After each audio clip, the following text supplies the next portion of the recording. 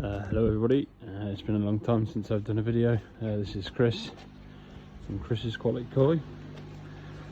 I've just watched a couple of videos on YouTube and trying to get my nitrates down because I've got a heated tank, and a heated tank I get to feed them lots.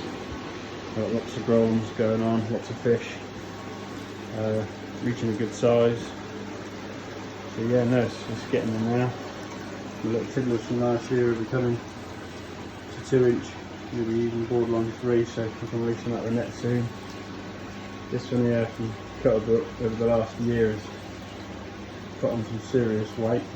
He was just under 6 inches about a year ago today, so massive fish now. So yeah, for today I'm basically doing a quick video on this.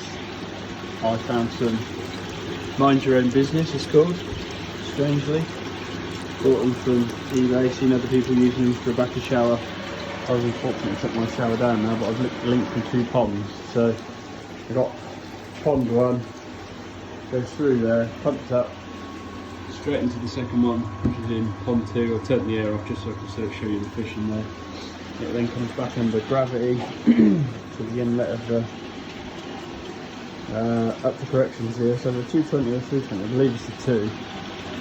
See what comes in here. So what I've done is I've doubled up a sponge that takes up all the fines, because that's on a gravity fed, that's on pump. I've then put 2 flow rates, so the one on the right, this is the bigger one, so I can control that. So I pump that back, comes out the bottom of the 220, pumped up into the sieve, and then I haven't got any air on this, so that's on the outside, and I get to clean the outside out pretty much every day. So yeah, then it just drops back in, creates a current, back round, pumped up, and that's the circle complete. So effectively I bought a car sponge from Halfords, 50p to a pound. I've ripped it bang in half. I've cut a hole in it long ways, and today's the first day. I've got another 4 more, probably less than a fiver, and I was thinking about putting in another in here because the median here is not great, so I brought some more air stones. This one's already on a 60, and then I've got some air bubbles because the little inlet here, I've checked all the holes, I've drained it out, it just doesn't pump, so I've got a few dead spots which I'm not happy about, so we've got some air stone in here because that's turning over quite well. And then this side is turning over quite well, but there's just a dead spot there. A dead spot there. We can look and secure today with a couple of air stones and put some more air lines in. But I thought automatic. Put these in day 1, pumped 2 this week. I've put new doors on the shed, luckily to be a builder, so I inherited the doors for free. So now I've got a complete system where it's completely got a free door there, and a free door there, into the shed. So yeah, so day 1, what would be quite nice if this whole area was filled.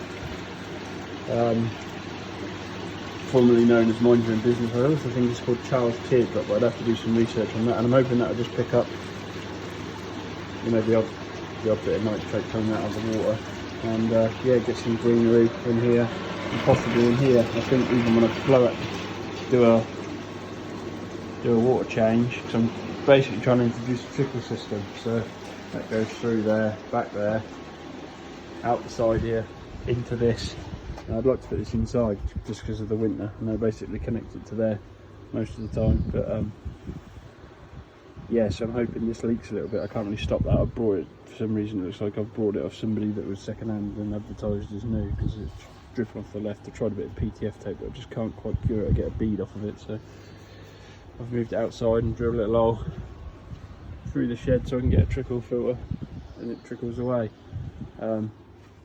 Project this year, got three vats from a smaller fish to keep an eye on there. So yeah, and then that's largely what we're trying to do. So that was my backy shower. I took the backy shower down, and I said this is moved back onto gravity fed, so it used to come out of there. I had a pump in here with a valve. I've changed it to a slide valve so I can shut the water off, and then it used to pump up into the UV, and then it used to go down to the filter, but I found out that the backy shower that I had just wasn't enough, and ideally everything I've watched on YouTube and learnt from Mark at Cuttlebrook and Dougie at Dragon Koi, ideally they've told me that you have to pump clean water over a backy shower, so that's probably where I was going wrong. So you got 2 guys, 3 guys in there. These are the biggest fish.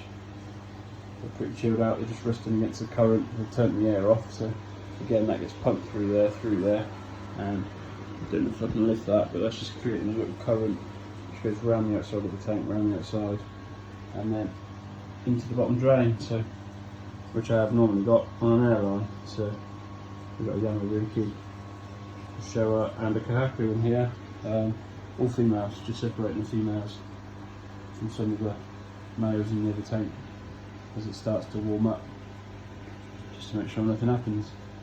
So yeah, so turn the air back on for them, and yeah, so that chills them out and creates the vortex motion all on the outside of it, all on the outside of it. But again, that's stacks enough air for this little tank and those fish. That turns over quite well. So back out of here, my latest hobby is now become, I've always had Donny. If you look through some of my previous videos, I've mentioned the terrapin. So he's in here somewhere. There he is. Fastest turtle in the world. So yeah, he don't stop eating at the moment. And I've started going over to this. So this is my latest aquarium. No fish yet, just got some plants. Waiting for some seed to develop in the mud.